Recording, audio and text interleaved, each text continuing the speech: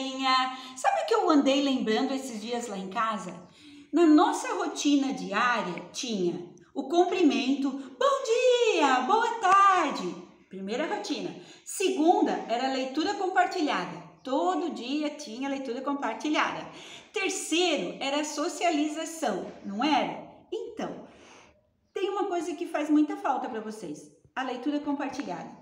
No segundo ano, nós produzimos pequenos textos até o final do ano. E o calendário está passando, estamos em setembro e a Pro não conseguiu ainda produzir pequenos textos. Como é que a gente produz pequenos textos? Com frases.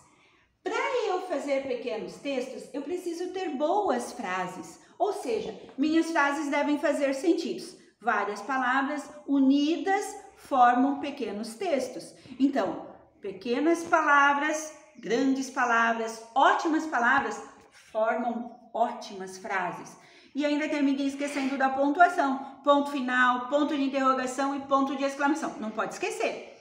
Se eu formo ótimas frases, junto essas frases e formo ótimos textos. No segundo ano, eu não preciso fazer textos maravilhosos, enormes, mas eu faço textos menores, mas eu faço textos com sentido. Ou seja, início, meio e fim. Aí é que vem o problema. Para que eu faça bons textos, eu preciso ter uma memória cheia de palavras. Como é que eu vou fazer uma memória cheia de palavras se a Pro não está fazendo leitura compartilhada? Agora é que vem a solução. No começo do ano, a Pro falou para vocês que eu ia ler o livro Pipi Meia Longa. Então, a Pro ia fazer a leitura desses 3 livros para vocês. Esse aqui que é o primeiro, Pipi Meia Longa, de Astrid Lindgren, ela que fez os 3. Esse é o primeiro. Daí nós temos Pipi a Bordo e temos Pipi nos Mares do Sul. Não vai dar tempo de ler os 3, mas provavelmente esse aqui vai dar tempo. Como é que a Pro vai fazer a leitura compartilhada se a gente não está na sala? Dei um jeito. Andei descobrindo que o computador da Pro tem uma forma de gravar áudio. Eu gravei o Negrinho do Pastoreio para vocês, fiz um teste e agora a Pro vai gravar esse aqui para vocês. Ou seja, eu vou ler esse livro para vocês, como se fosse uma leitura compartilhada. Talvez não vai dar para fazer todos os dias, mas um dia sim, um dia não, 2 dias, sempre vou estar postando a leitura desse aqui. E eu vou tentar terminar ele, para quando vocês retornarem, a Pro fazer a leitura dos outros, certo? O que a gente vai fazer? Eu vou iniciar esse livro aqui, como se a gente tivesse em cada carteira, cada um no seu lugar. Opa, cada um não, né? Que a Pro trocava todo dia de lugar, né? E a Pro fazer a leitura compartilhada. Vocês estão a fim de ouvir? Querem ouvir? Então vamos começar. Pipi Meia Longa vai morar na Vila Vilecula. É uma história de uma menina de uns 9 anos, mais ou menos parecida com vocês. Quer dizer, ela tem algumas coisas bem diferentes, mas que vocês vão amar. Querem ouvir? Então vamos lá. Aquela era uma cidade muito pequena, pequena mesmo.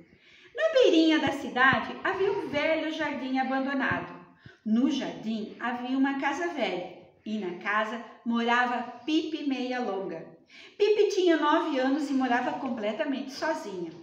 A menina não tinha pai nem mãe e no fim das contas até que isso era bom. Porque ninguém vinha dizer a ela que estava na hora de ir para a cama no exato instante em que ela estava se divertindo mais. E ninguém a mandava tomar óleo de fígado de bacalhau quando ela estava com vontade de chupar uma bala.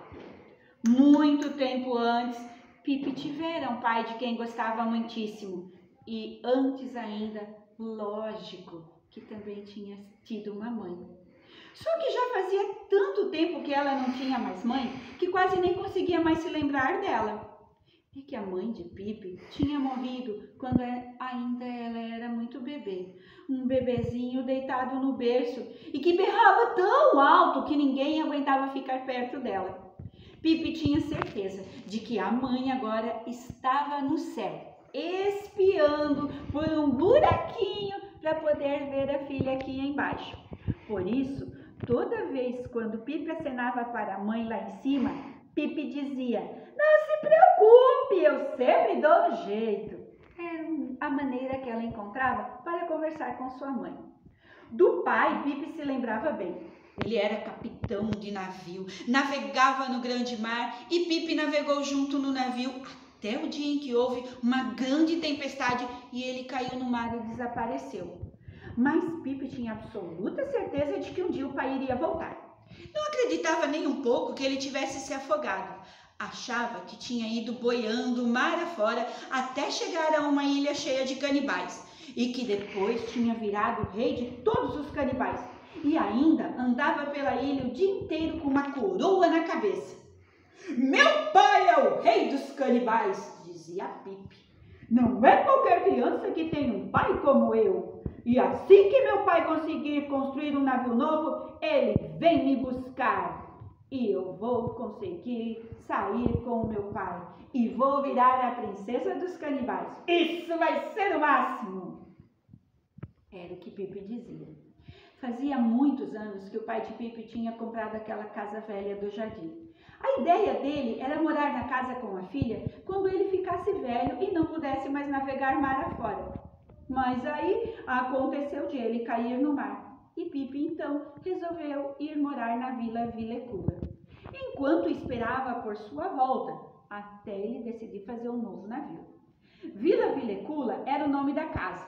Estava lá completamente mobiliada, prontinha, esperando por ela.